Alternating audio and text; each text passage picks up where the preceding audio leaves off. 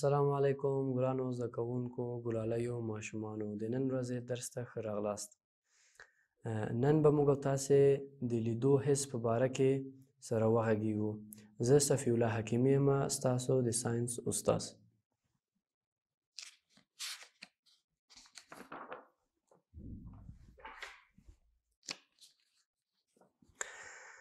ښه، مخکې له دې چې موږ د نن ورځې درس ولولو، راځئ چې یاره د تېر درس یوه لنډه ارزیابي او ارزونه وکړو. ښه ګرانو ماشومانو، غوږ له څو برخو څخه جوړ شوی ده؟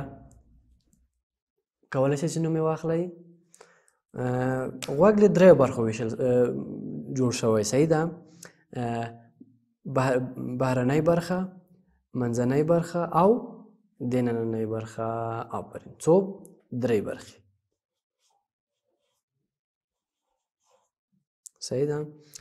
بل سوال، خپل غوږونو څرنګه له خطرونو څخه ساتلی سو؟ خپل غوږو ته که چیرې موږ د تیزو نوک لرونکو شیانو څخه ډډه وکړو، نو موږ غوږونه به سالم وي او خطرونه به ساتل سوی. اورېدل څه ارزښت لري؟ اورېدل ډېر زیات مهم دی. که موږ تاسې ونه کړی شو چې خبرې واورو، نو کولی نه شو چې خبرې زده هم کړو. نو دا ډېر غټ اهمیت لري دا اورېدل موږ تاسو ته، صحیح ده؟ نو ډېر کوښښ وکړئ چې خپل غوږو ته مو زیان ونه رسوئ. هېڅکله ډېر فکر ورسره کوئ. راځئ څخه د نوی درس مو ولولو.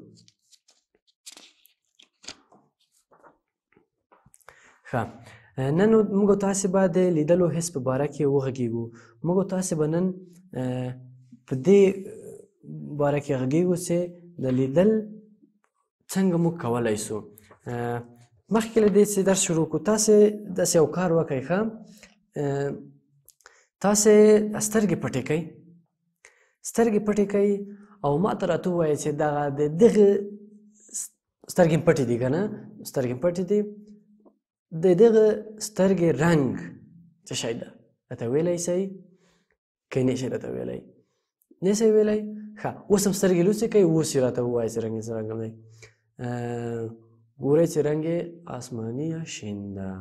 ښه، په دې موږ تاسو ته ښکارېږي چې سترګې موږ تاسو ته د اشیاو رنګونه راښیي. صحیح ده؟ ښه، راځئ چې اوس خپل درس شروع کړو. متن مو یارې ولولو، بیا وروسته لږه سره غږیږو.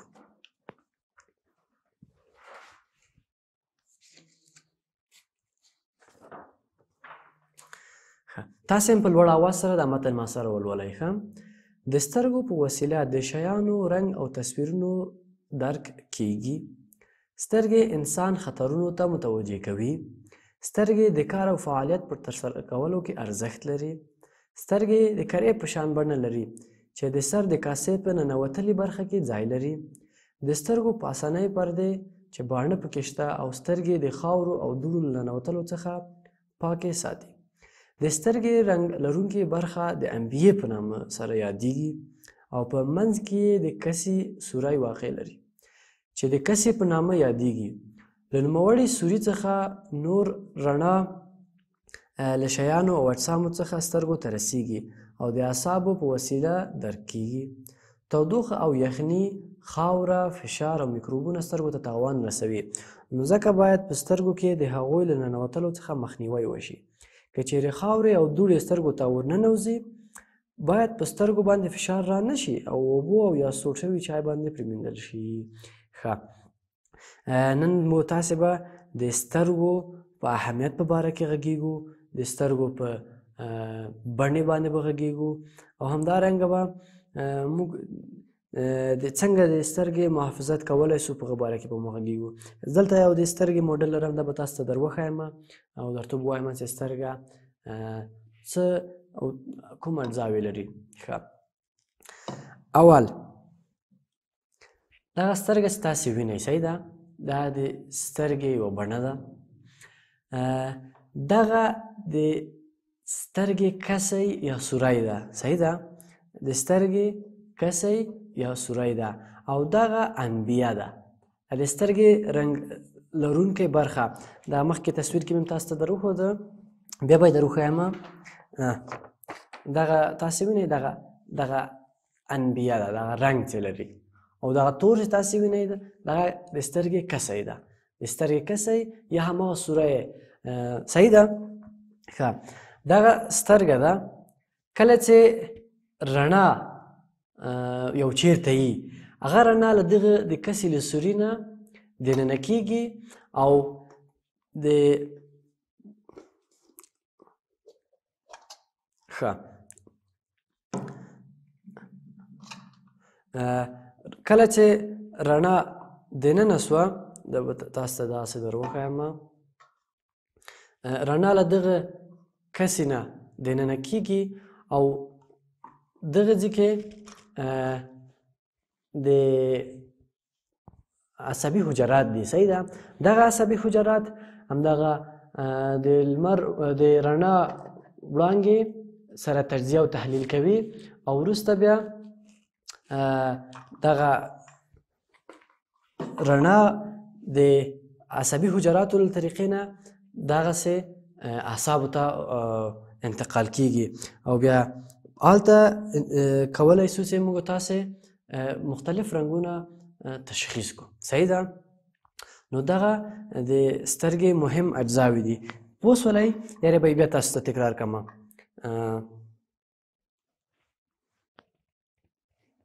ښه، دا د موږ د سترګې ماډل دی. دا د سترګې کسی دی. صحیح ده؟ او دغه انبیه ده.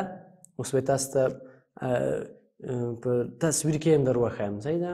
او بیا نور څه او رڼا چې دننه کېږي دغسې د عصبي حجراتو له طریقې نه دلته مغز سره ارتباط لري او مغز ته رسیږي. ښه،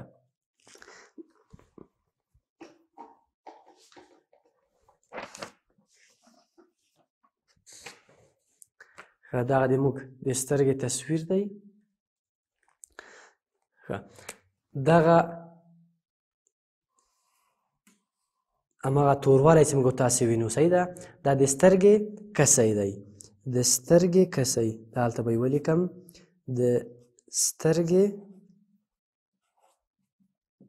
کسی. او دغه جایونه چې تاسې وینئ دغه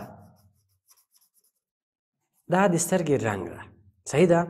کله چې رڼا راسي د کسي سوري ته، دغه که چېرې رڼا زیاته وي دغه انبیه ځان وړکی کوي، تر دغه ځای پورې ځان رارسوي، وړکی سي، دا سوری موږ تاسو ته وړکی ښکارېږي. او که بیا هغسې رڼا زیاته سي دغه سره لرې کېږي او ډېره رڼا پرېږدي. صحیح ده؟ نو دغه کسی ده او دغه هم انبیه ده. ښه، وروسته بیا دغه رڼاوې راځي، دغه هلته د عصبي حجرات دي. صحیح ده؟ دلته دغه رڼا تجزیه او تحلیل کوي او ویني چې د کوم رنګ ده، څه رقم شکلونه یې موږ ته راوړي، او بیا هغه الکترونیکي سیګنالونه دغسې ځي مغز ته. صحیح خبره ده؟ ښه، په دې هم پوه شوئ. موږ تاسې نن یوه تجربه هم لرو. صحیح ده؟ چې دغه اعصاب څنګه دغه سترګې امواج، نوري امواج څه رقم راټولوي او اعصابو ته انتقالوي. د دغه هغه لپاره د دې تجربې انجامولو لپاره موږ تاسې لپاره 2 دانې ګیلاسونه پکار دي. صحیح ده؟ 2 ګیلاسه به رااخلو. ښه، یو ګیلاس به دغسې تک تور کړو. صحیح ده؟ دغسې به تک تور به ځي. دلته وینې دا ګیلاس دغسې به تک تور سي. وروسته هم چې دا ګیلاس تک تور که یو بل ګیلاس به راواخلو. بل ګیلاس به مو د موږ تاسې سپین یي او په 3 حصو به یې ویشو. صحیح ده؟ 1 حصه، 2 حصه، 3 حصه. دا 3 حصه تر قچي کوي.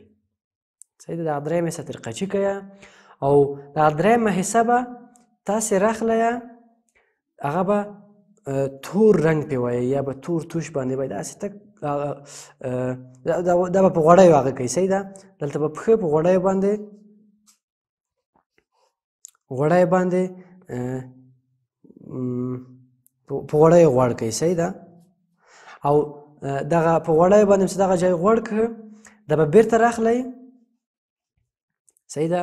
دا به بیرته راخلی په ده به یې دلته سریح کوي. څه رقم کوم مواد لرو دلته؟ تور ګیلاس اول، تور ګیلاس به راخلی او توروی به یې. صحیح ده. او بل سپین ګیلاس په درېیمه حصه به یې داسې تر غوڅ کوي او هغه به راواخلی د بیخې په غوړیو غوړ کوي. صحیح ده. او دا چې په غوړیو غوړ څه بیرته به یې راوړی په همدغه ګیلاس باندې به یې سریح کوي. وروسته هم چې سریح کړه په ګیلاس باندې دا ګیلاس به بیرته راخلی، بیرته به یې راخلی او په اولي ګیلاس کې به یې دغسې ور دننه کوي او د تور ګیلاس کې به داسې وړه کوئ سوری کوئ. صحیح ده. دا هلته موږ تاسې دا مواد لرو. زه به یې اوس تاسو ته عملي در وښیم. ښه، دلته به داسې ګیلاس توروئ. صحیح ده. ما دا ګیلاس تیار تور کړی ده او په دغه ځای کې به داسې یو سوری ورته کوئ. وروسته مو چې دا سوری کې وکړه بل ګیلاس به راخلی دغلته به یې غوڅ کړه. دغه ځای کې به یې دا تقریبا درېیمه حصه ده دغسې به یې ټول غوڅ کوئ. چې غوڅ هم که دغه به دغه بیخ به یې په غوړیو غوړ کوئ او بیرته به یې راواخلی. ښه، دا هلته غوړي هم تیار لرو. په دغو غوړیو باندې موږ د دغه د بیخ هم غوړ کړی ده تیار. موږ دلته یو ګیلاس لرو. ښه، دا به راخلو کله چې غوړ که لکه دغه غوندې. صحیح ده. دغه ځای به غوړ سي او دا به بیا په دغه ګیلاس کې داسې ور دننه کوئ. صحیح ده. بیا تاسې څه وکئ دلته یو تصویر رسم کئ. صحیح ده. تصویر به رسم کوئ او بیا تاسې کولی شئ چې دلته د همغه تصویر وګورئ. دلته به تاسې تصویر راځي. تصویر به له دغه ځای نه له دغه سوري نه دننه کېږي او دغلته به تاسو ته ښکاره کېږي. ما اوس غوړ کړي دي خو لږ به یې پرېږدئ چې لږ ښه د غوړي جذب کړي. بیا وروسته تاسو دا کار کولی شئ چې دغلته تاسو ته دغه تصویر اما تصویر چې دغلته ده دلته تاسو ته راځي او سترګه هم په همدغه رقم سره ده. تصویرونه مثلا لکه د کسي غوندې را اخلي یې او دلته یې انعکاس ورکوي د سترګې دننه برخه کې او بیا دلته د مغز حجرات دي هغه تصویرونه ټول راټولوي او مغز ته یې رسوي. ښه، ډېر ښه. دغه د نن ورځې تجربه ده. هیله لرم ستاسې په کور کې دا وکړئ. راځئ چې دغه درس یاره بیا په لنډ ځره ووایو بیا به درس بس کړو. نن هم څه وویلې دلته به تاسې د سترګو په وسیله شیان او تصویرونه درک کېږي. صحیح ده. شیان او تصویرونه درک کولی سو. باید انسان سترګې انسان ته خطرونه متوجه کوي او انسان کولی شي چې خطرونه وویني او له هغه نه ځان بچ کړي. صحیح ده. سترګې رنګ لرونکې برخه انبیه ده. کومه برخه انبیه ده؟ مخکې مې تاسو ته در وښودله. دغه رنګ لرونکې برخه چې ده انبیه ده. یاده مو نه وځي که نه. دغه رنګ لرونکې برخه انبیه په نامه ده.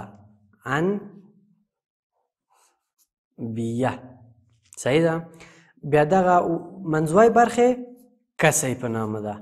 صحیح ده. کله چې رڼا زیاته وي د کسی وړکی کېږي او کله چې رڼا کمه وي کسی غټېږي ځکه چې ډېره رڼا موږ ته پکار کېږي چې دننه سي سترګو ته. له سترګو نه د سترګو د محافظت لپاره باید موږ تاسې ډېر کوښښ وکړو چې خاورې او دوړو نه ځان وساتو. صحیح ده. او که چیرې سترګې چیرته داسې هغه فشار لاندې راغلی خاورې سترګو ته لاړې نو په اوبو یې زر پرېمینځئ او کولی شئ که اوبه نه وې دستي یخ چای هم سترګې پاکولی شي. ډېر ښه یې پاکوي. او موږ تاسې د سترګو په اسانۍ پرده کې باڼه لرو چې هغه باڼه موږ تاسو ته ډېره ګټه کوي د خاورو او د دوړو د ننوتلو لپاره. ښه، دا و د نن ورځې درس ماشومانو. هیله لرم چې درس مو زده کړی یي. د نن ورځې درس تاسې یو سره ځان سره مرور کړئ، ویې ګورئ او د ارزونې په خپلو کتابچو کې حل کړئ. همدارنګه کورنۍ دندم دغلته په کتابو کې لیکل سوې ده، تاسې یې وګورئ، حل یې کړئ. که پوښتنې هم درلودې موږ ته پوښتنې راواستوئ. سبا ورځې به زه بیا دا داسې لنډ مختصر تکرار وکړم او د ارزونې ته به تاسو ته حل کړم. ښه، دا و د نن ورځې درس. د الله په امان.